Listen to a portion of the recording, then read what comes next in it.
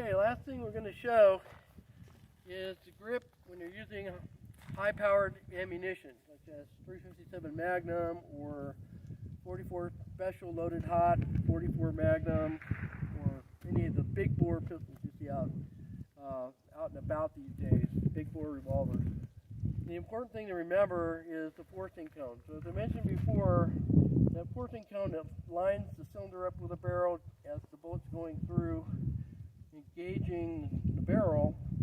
Okay, there's a lot of gas. There's a gap there. It's a small gap, but if you get any digit or anything in front of that small gap, it's going to cut you or burn you. Okay. Now, if you're shooting light loads, it's just going to be, oh, that's smarts and dumbass me. But if you're shooting a Magnum, it can really do damage. You know, to the point if you're shooting a large enough load, you might lose the end of your finger. Okay. Serious damage.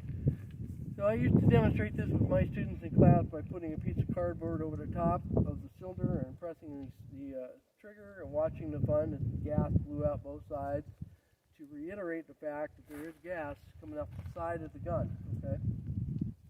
So we don't want our thumb or any digits to get out in front as we're pressing the trigger. So what I usually do, and also I want a little bit more controllability because I'm having more recoil due to the power, so I'm going to get my thumb on thumb, okay? I get behind the gun and lock in to get the weight behind the firearm, okay? That gives me a little bit more controllability. Notice I don't do that, okay? Never do this. That's going to screw up your trigger finger, number one, but still it's a very weak grip. So get your reinforcement, get your fingers there and your thumbs locked. Okay, so we're going to do 367 Magnums, then I'm going to show it on 44 Special, okay? So, line that, get my grip right, get my lock in.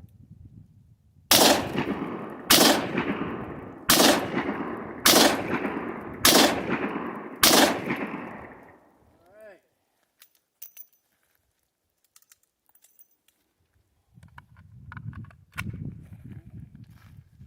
So you notice there was a little bit more rock there. So I'm down on the thumbs, locking in, controlling the pistol, okay? Lock my wrists, lock my shoulders, get my weight behind the gun, okay? So we'll do the same exercise now with the 44 Special, which I have preloaded. So he's dealing with a Hogmo round, okay?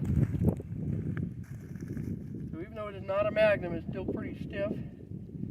So you're dealing with 44 caliber. Again, you want to get the thumbs locked, okay?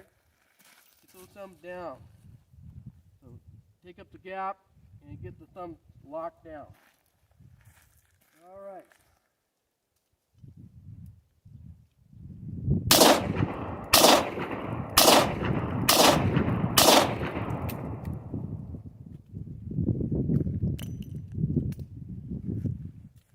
Okay, so that kind of concludes a little bit of what we wanted to run by you today. There's a lot more to learn about revolver, so stick with us. We'll do more revolver videos. We'll get into a little bit more combatives, you know, rolling, reloading on the move, switching hands, that sort of thing, with the revolver in mind. So, even though you are shot limited, revolvers are simple to operate. They're effective fighters close in. Don't discount revolvers for your self-defense profile. Okay, this is Jim Hartley with Idaho Defense signing off. Have a great day. You get out and practice while the weather's nice.